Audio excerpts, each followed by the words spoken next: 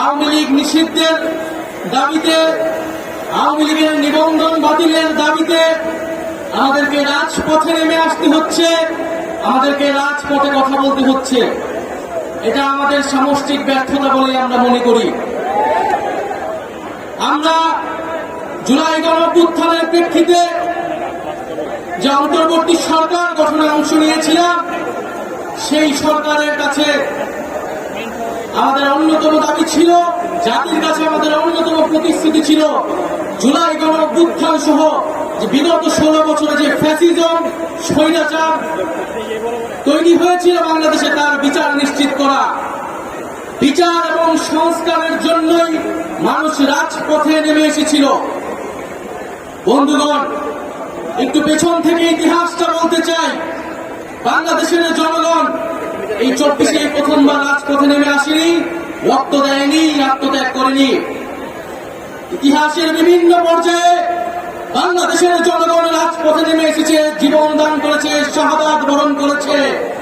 ন্যায় বিচার, মানবিক মর্যাদা, গণতন্ত্র, সার্বভৌমত্ব, স্বাধীনতা প্রতিষ্ঠার জন্য 1947 সালে এই পূর্ববঙ্গের বাঙালি মুসলমান নিম্নবর্গের হিন্দুর সাথে কাঁধে কাঁধ মিলিয়ে এই পূর্ববঙ্গের জনপদের অর্থনৈতিক এবং ধর্মীয় সাংস্কৃতিক অধিকার রক্ষার জন্য লড়াই করেছিল। সেই লড়াইয়ের ফসল হিসেবে আজকের বাংলাদেশের সীমানা আমরা প্রতিষ্ঠা পেয়েছিলাম। যদিও সেই সময় আমাদের লড়াইয়ের গন্তব্য ছিল সমগ্র বাংলার অখণ্ডতা কায়েম করা, কিন্তু কলকাতার ব্রাহ্মণ্যবাদী জমিদারদের ষড়যন্ত্রের কারণে সেই রাষ্ট্রকল্প আমাদের ব্যর্থ হয়েছিল। ফলে আমরা পাকিস্তান রাষ্ট্রে সাময়িকভাবে আশ্রয় নিয়েছিলাম। কিন্তু বন্ধুগণ, দুঃখের সাথে আমাদের সেই 47-এর আজাদির স্বপ্ন লুট হয়ে গিয়েছিল খুব অল্প সময়েই। পাকিস্তানের শাসক গোষ্ঠী এখানে বাঙালি জনগোষ্ঠীর ভাষা, সংস্কৃতি এবং অধিকারের উপর হস্তক্ষেপ করেছে এবং বাঙালি জনগোষ্ঠীকে তার ন্যায্য অধিকার থেকে বঞ্চিত করেছে বারবার। ফলে এই বাংলাদেশের সকল ধর্মের মানুষেরা আবার ঐক্যবদ্ধভাবে 71 সালে অস্ত্র ধরে হাতে তুলে নিয়েছিল এবং একটি রক্তক্ষয়ী জনযুদ্ধের মাধ্যমে বাংলাদেশের স্বাধীনতা এবং সার্বভৌমত্ব প্রতিষ্ঠা করেছিল। কিন্তু আবার দুঃখের সাথে 71-এর পরে এই 72 সালে আমার সোনার বাংলার স্বপ্ন এই মুজিববাদীদের হাতে বেহাত হয়ে গিয়েছিল। এই মুজিববাদীরা 72-এর সংবিধানের মাধ্যমে বাংলাদেশকে ভারতীয় শাসক গোষ্ঠীর হাতে তুলে দিয়েছিল। মুজিববাদী সংবিধানের মাধ্যমে যে স্বাধীন বাংলাদেশের আকাঙ্ক্ষা, যেই মুক্তিযুদ্ধের শহীদদের আকাঙ্ক্ষা তৈরি হয়েছিল, সেই আকাঙ্ক্ষাকে ব্যর্থ করে দেওয়া হয়েছিল।